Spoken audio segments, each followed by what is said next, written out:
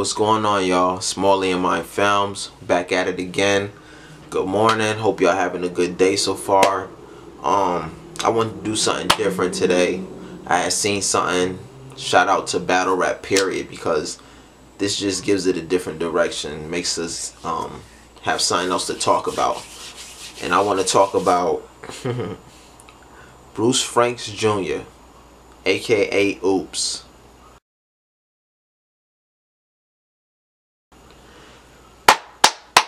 Gotta show the boy love, man. Gotta give him his props, man. Regardless if you like him as a battle rapper or not, he's reaching out, branching out, and doing something different. And it's for our people in the community. You know what I'm saying? As black folk, as minorities, as people in the lower class, I guess you could say. Basically, he represents Missouri. He's a Democrat. You know, he's a state representative, basically, you know what I'm saying, lawmaker and all that kind of stuff. You know what I'm saying, he got interviewed the other day by what's dude named Tucker Carlson, I think, on Fox News. First to quote, pledge allegiance to the people. Representative Franks joins us tonight. Mr. Franks, thanks for coming on. Thank you for having me. So you've got a sweatshirt on that says, "I'm rooting for everybody black." How would you feel if I had one on that said, "I'm rooting for everybody white"? What would your response be to that? I wouldn't be upset about it because your shirt didn't say you're rooting against everybody black. Okay. So you raised a fist in, I guess, defiance, or tell us what this symbolic act meant. What did you mean by it during the Pledge of Allegiance? So I've never said the Pledge of Allegiance. And even in the House last year when I was in session, most of the time I wasn't in the chambers because I know that there are a lot of people that have a lot of respect and feel proudly about the flag and the Pledge of Allegiance. I know how I feel. And so my raising my fist was basically power to the people, to all people, all power to the people, invested into the people. And when I say I pledge allegiance to the people, that's who I'm chosen to represent. That's who I'm elected to represent. But even before I was elected, that's who I stand for. Well, I mean, good for you. I think you were elected by the people, and you ought to represent them. When you say you know how you feel about the flag and the Pledge of Allegiance, how do you feel? So when I think about the Pledge of Allegiance, the thing that sticks out most is when I hear "for liberty and justice for all."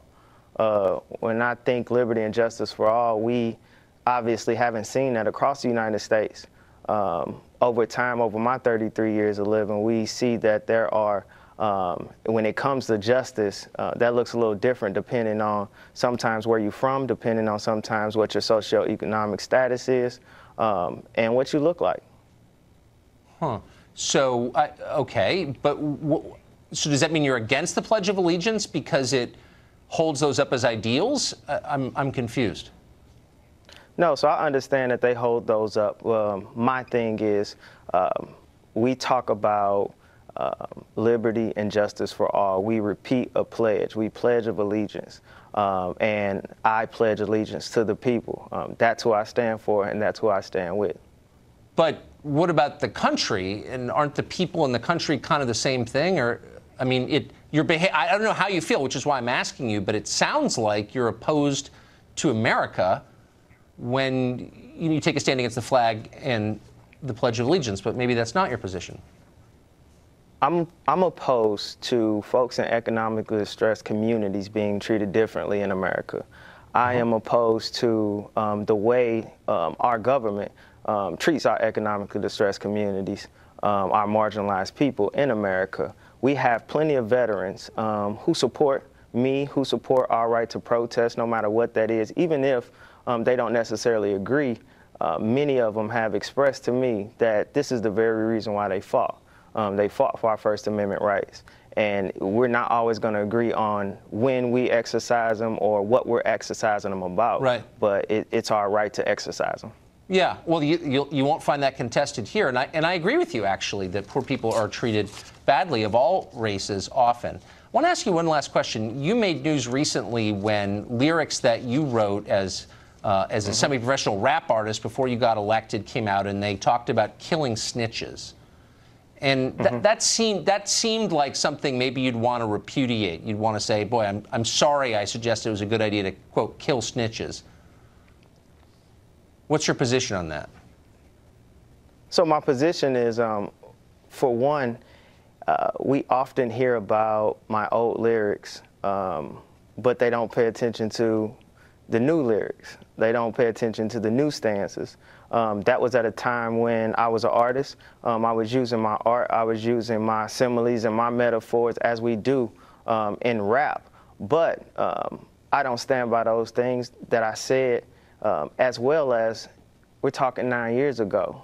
And a great man said, don't be so quick to condemn those who don't do as you do or say as you say as quick. There was a time when you don't do the same things, that you do now. So all right. I would like for people to pay attention to the current situation and the fight that we were putting up and the stances that we were taking rather than old lyrics from 9, 10 years ago. Mr. Franks, thanks for joining us. I appreciate it. No problem. Thank you. It's dope though, because as a battle rapper, period, just as an artist, as people that's black, you know what I'm saying, it's just dope to see somebody doing something different than the norm. You know what I'm saying? That's one thing. And then for battle rap, it's just showing you that you don't got to be boxed in. You don't got to be what they label you as, just a person that does music or a person that this and that and third, you know, regular shit. You know what I'm saying? You can always be something better or greater. You can have more, you can have a different cause. You could have, your life could, I guess you could say, mean more, or supposed to do more with your life than just this. You know what I'm saying? So it just gives people inspiration and motivation to try different things and be themselves. That's how I feel about it. But anyway, as soon as he got on the as soon as the interview started, first of all, he had a shirt, and the shirt said, "I'm rooting for everybody black." So of course, he's a smart man. He did that on purpose. Not to say he did on purpose, but he knew what he was doing. He knew there was maybe ask him about that. The first thing Carlson asks him is about the shirt. So his reply was basically, you know, because he asked him, if I was to wear a shirt that said, "I'm rooting for everybody black," I mean everybody white, how would you feel? And basically he said, how you say it? He basically said, as long as you don't say you're rooting against me, which was a smart reply, straight to the point. I mean, he tested him a couple times. He also asked him about his lyrics, as far as back in the day, you know, probably like 9 years ago or something, he had some lyrics where he was saying kill all snitches and stuff like that. And of course, like, as a young kid, because he's only 33, we got to give him props for that too. He's young, you know what I'm saying? But as a kid, you know what I'm saying, a young kid coming from the hood, you write about what you kind of see around you, and like you got your own way of looking at things, you know what I'm saying? So you look at things like, you know, you in the streets hustling and stuff like that, you don't want no snitches. That's just the code that people live by. People in the hood understand that or whatever, to a point, like why he would write that in his lyrics. Not to say it's right or wrong. But yeah, they tried him with that, but he answered it like, you know, people want to talk about my old lyrics, but they don't want to talk about the new music and what I'm talking about now. Like, you can't judge a book just by the first couple chapters. You got to read the whole thing through, basically. What else I wanted to talk about? I mean, we just got to show support for this black brother, man. He just doing something different. And basically why this whole interview started with the whole controversy was why he even got the chance to, I guess get interviewed or whatever it was. They had to pledge allegiance, and he stood up. He had his fists up. You know what I'm saying? And basically his reason for that is kind of like a Colin Kaepernick thing to a point, but not. He's basically for the people. So he's like, the main things in the Pledge of Allegiance, you know, they tell you justice and, what is it, liberty and justice for all. You know what I'm saying? And you ain't seeing a lot of that. You know what I'm saying? You seeing injustice. So, you know what I'm saying? I'm for the people. I mean, it's another way to just protest. I mean, you could say you feel like he did it to get recognition. If he did, to a point, oh well, because at the end of the day, the cause and the reason behind it and the picture is bigger than just that. You know what I mean? But what else I wanted to talk about? Nah, and that's just it, man. It's dope, man. I just want to give him some love and show him support. You know what I'm saying? We got to support him as the battle rap community.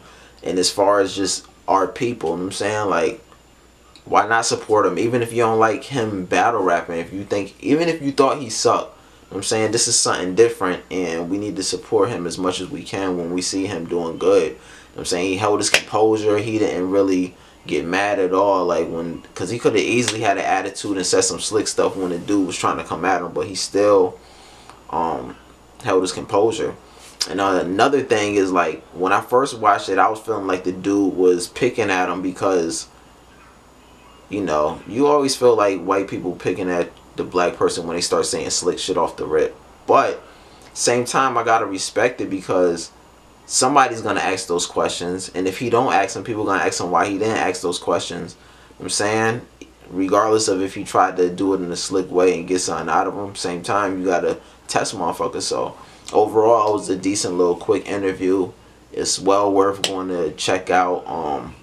I was gonna load that up to the page too, just the interview by itself. I might, but we'll see. But other than that, man, just support Ooops, man. Shout out to Ooops.